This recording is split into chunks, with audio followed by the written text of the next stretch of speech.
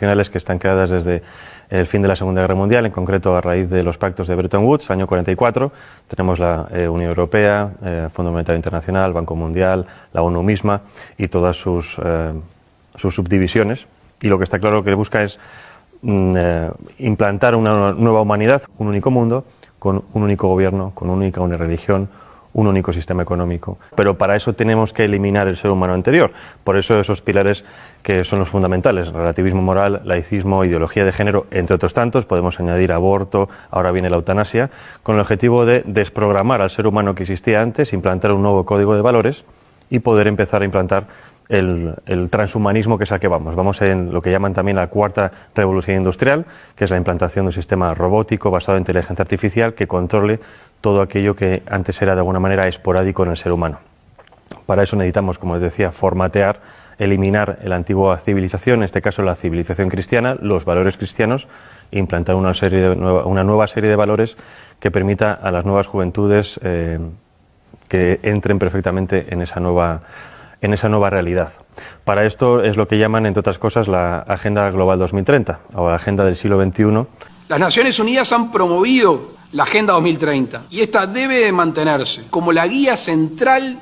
Lo sorprendente y lo llamativo es que está todo perfectamente entrelazado y todo perfectamente conectado, porque si tocamos todos los puntos, la salud, la educación, la ciencia, todo eso les va a permitir guiar, digamos, todo de forma paralela, todo hacia un mismo punto. Aunque en la realidad, obviamente, sabemos que hay gobiernos nacionales, en la práctica, gran parte de estos gobiernos nacionales para nada están trabajando para el bien de sus naciones, sino que trabajan precisamente para los intereses de estos globalistas. Lo hemos visto con el gobierno de Sánchez, lo estamos viendo en otros países, por ejemplo, también en Iberoamérica. El mundo al que vamos es fruto de una ingeniería social perfectamente planificada y perfectamente implantada. La implantación primero es ideológica. La ideología sirve primero para desestabilizar una nación. Si nos atendemos, por ejemplo, a Yuri Bezmenov, el antiguo agente del KGB que emigró a Estados Unidos y que contó precisamente esos procesos por los cuales se puede desestabilizar una nación, que es desestabilización, desmoralización, crisis y normalización, estamos viviendo perfectamente esas etapas. Hemos tenido una desestabilización, ahora estamos en la fase de desmoralización, que es volver a las naciones contra sí mismas, la endofobia, el odio a nuestra cultura cristiana, el odio a la misma biología, la misma realidad biológica hombre y mujer, para hacer que la población esté completamente confundida y que sea mucho más fácil guiarlas a un nuevo punto. Es la mentalidad de rebaño. Ahora bien, primero es la ideología, segundo es lo demás: implantación social, económica, política, tecnológica, medioambiental, sanitaria, alimenticia. Todo esto está perfectamente diseñado en la página del Foro Económico Mundial.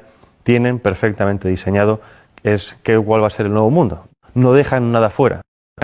El aborto es algo que está en la Agenda Global 2030, que está incrustado en el ADN de los globalistas y que lo quieren promocionar a todo coste. El aborto, para que lo entendamos, es una política de Estado. El aborto se aplica desde el año 74 a través del informe de Kissinger, que viene precedido de un informe de la Fundación Rockefeller del año 72, que viene precedido de unas declaraciones de Robert McNamara, el que fue secretario de Defensa con Nixon y que en el año 68 pasó a ser presidente del Banco Mundial. ¿Qué pasa? Obviamente, si entendemos esto como una política de Estado, obviamente no se puede vender al resto de la población diciendo: ustedes van a dejar de tener hijos porque a nosotros nos interesan los recursos que ustedes tienen. Lo que se hace es un marketing político. Y esto es como nos están vendiendo todo. El aborto es un interés de Estado, es un interés geoestratégico. Todas las demás propuestas que tenemos hoy en día, ideología de género, ecología o esta nueva religión medioambiental, todo eso es lo mismo. Son políticas de Estado que nos lo venden para el gran público con un marketing político para que la gente lo acepte. Porque, por ejemplo, si entendemos ahora las políticas medioambientales como, digamos, obviamente necesarias para todos los gobiernos, dentro de esas políticas medioambientales está la reducción de la población. Nos lo venden como un bien necesario, es decir, si seguimos creciendo vamos a destruir el planeta, por lo tanto dejen ustedes de tener hijos, porque si no este ritmo es inaguantable. Nos venden la ideología verde como algo necesario, pero que dentro de esa ideología verde contiene todas estas políticas de Estado que nos lo quieren vender para, obviamente, controlar a la población. Con el objetivo precisamente de desestabilizarnos para poder tener el control completo sobre nosotros. No hay nada más fácil que dominar que una población enfrentada entre sí. Por eso es tan importante entender cómo funciona la aplicación de las políticas, cómo funcionan las élites supranacionales, para poder entender qué tipo de política se nos está aplicando a nivel nacional y local. El enemigo a abatir por esta élite supranacional o globalista no es otra cosa que el ser humano. Es decir, hay un desprecio absoluto por parte de las élites por el ser humano corriente, no solo en las élites supranacionales, también las tenemos en las élites nacionales. Y obviamente para destruir a esa parte de la población, no en el sentido físico, sino en el sentido psicológico, hay que atacar obviamente sus creencias, sus bases morales. Y en este caso, primero es destruir las naciones y obviamente la religión. Hay un objetivo que es crear una religión única. Es decir, las religiones tradicionales son un escollo para ese nuevo orden mundial, para la consecución de ese poder político. Si eliminamos la religión, estamos eliminando obviamente una vía de escape muy humana que de alguna manera evita que llegues al control mental de las personas. Podremos controlarlas físicamente, pero la religión permite que esas personas se puedan evadir a otro plano y obviamente también contienen unos códigos ético-morales muy firmes que están completamente enfrentados ante los códigos morales que nos quieren implantar. En este caso, la religión católica o la Iglesia católica es el enemigo a batir desde hace siglos. Ya no solo hablo de la masonería, sino de muchísimas personas. Es decir, es necesario hacer caer esa civilización cristiana para poder implantar una nueva civilización. El objetivo en general cuando hablo de la humanidad es el control absoluto de la población, pero no solo hablo de control, digamos, policial, sino control de lo que se consume, de lo que se piensa, de lo que se educa, de lo que se ve. Más o menos yo creo que todo el mundo tiene en la cabeza esta realidad porque es un poco lo que estamos viendo. Nos censuran las redes sociales, nos censuran medios de comunicación, censuran incluso en los mismos colegios y esto no es otra cosa que poner barreras. Entonces necesitan acabar con todo eso para poder tener el control. Obviamente cuando hablo de Soros como uno de los principales promotores de este nuevo orden mundial, lo dejo muy claro, uno de los principales, o digamos una de las caras visibles. Yo creo que si conocemos a Soros tanto, es porque a Soros se le permite mostrarse. ¿Con esto qué quiero decir? Con esto digo que los verdaderamente poderosos están en la sombra. Ahora bien, si Soros, digamos que trabaja en el lado social, quiero decir la sociedad civil, es decir, es un experto en modificación de conciencias. Para eso trabaja en la ventana de Overton. La ventana de Overton es una herramienta que nos permite transformar lo imposible en un hecho factible.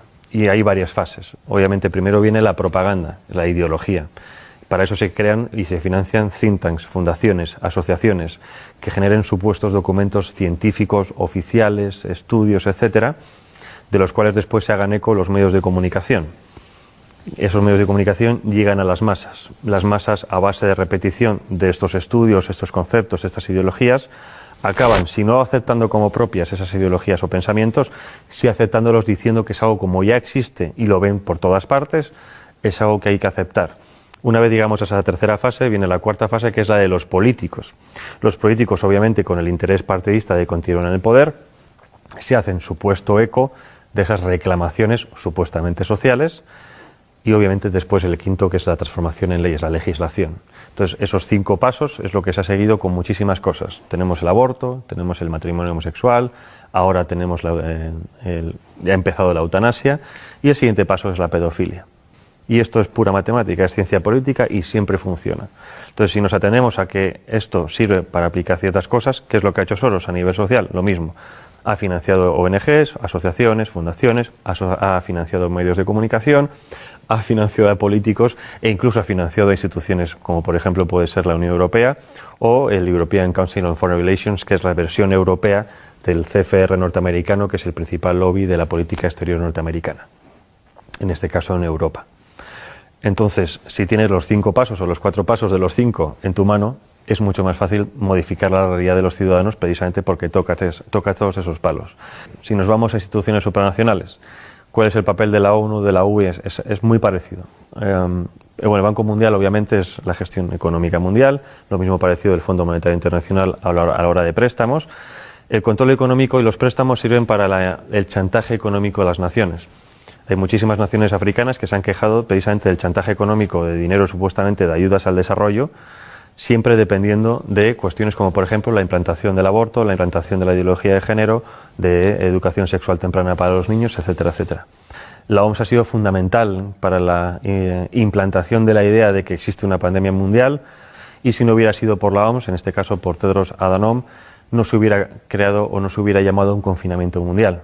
Primera vez en la historia que los ciudadanos de este planeta hemos visto cómo en todas las naciones se seguían los mismos pasos. Es decir, nada ha conseguido antes que realmente hubiera una coordinación nunca antes vista a nivel global.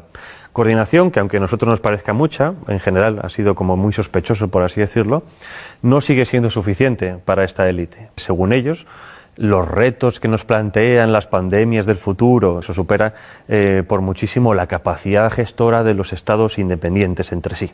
Es decir, que como no hemos sabido gestionar el coronavirus, es necesario que cedamos más nuestra soberanía a estos entes supranacionales, que ellos saben sí realmente lo que nosotros tenemos que hacer. Llevarnos a ese buen camino, a guiarnos como si fueran un dios, porque nosotros como ciudadanos comunes somos demasiado estúpidos para valernos por nosotros mismos. Las redes sociales han sido siempre una herramienta fundamental en el tema de la comunicación, pero como todo avance tecnológico tiene siempre su cara y su cruz. Como todo avance tecnológico nos lo venden que es bueno para poder hablar con nuestros familiares, que están en contacto con gente de todo el mundo, pero el problema, el contrapeso es el control absoluto, ¿no? Ya no solo el control de lo que hacemos, sino incluso de nuestros pensamientos, porque muchas veces decimos cosas en redes sociales que quizás fuera de un ámbito demasiado privado, ¿no? Y eso es precisamente a donde van ahora con el tema de la censura. Han visto que en los últimos años ha habido también una pequeña revolución en redes sociales y si estuviéramos realmente en un mundo libre, democrático, y esto lo digo para que la gente se dé cuenta de que no vivimos en un mundo libre democrático, la libre circulación de ideas y de debates debería ser una de las principales características de todo sistema. Y estamos justo en lo contrario. Y no justo en lo contrario porque de facto no se puede hablar, porque antes sí se podía hablar de muchas cosas. El problema es que los que son realmente poderosos, los que controlan las cosas, se han dado cuenta de que si dejamos que libremente ciertas ideas circulen, no las suyas, en cuanto a debate, esas ideas ganan o se han demostrado que tienen más peso que otras. Es decir, por ejemplo, con el tema del aborto, ya no hay argumentos científicos médicos, ahora son argumentos puramente sentimentales, ¿no? El derecho de la mujer a elegir sobre su propio cuerpo, porque por eso saben que los argumentos médicos no pueden vencerlos. En cuanto a argumentos, por ejemplo, de información de los medios de comunicación, de cómo funcionan los medios de comunicación, de cómo funcionan los gobiernos, exactamente lo mismo. Se censura completamente a aquel que intenta hacer una crítica constructiva o negativa de lo que sea, pero hacer una crítica para avisar de qué está ocurriendo. No existe ese debate de ideas en los medios de comunicación, pero precisamente porque tienen miedo a lo que pueda ocurrir. Porque cuando ha ocurrido que algunas personas han ido a ciertos debates a exponer ciertas ideas, la gente se da cuenta de que hay otra línea de pensar diferente a la que tenían en mente. Y por lo tanto hay otra forma de racionar las cosas.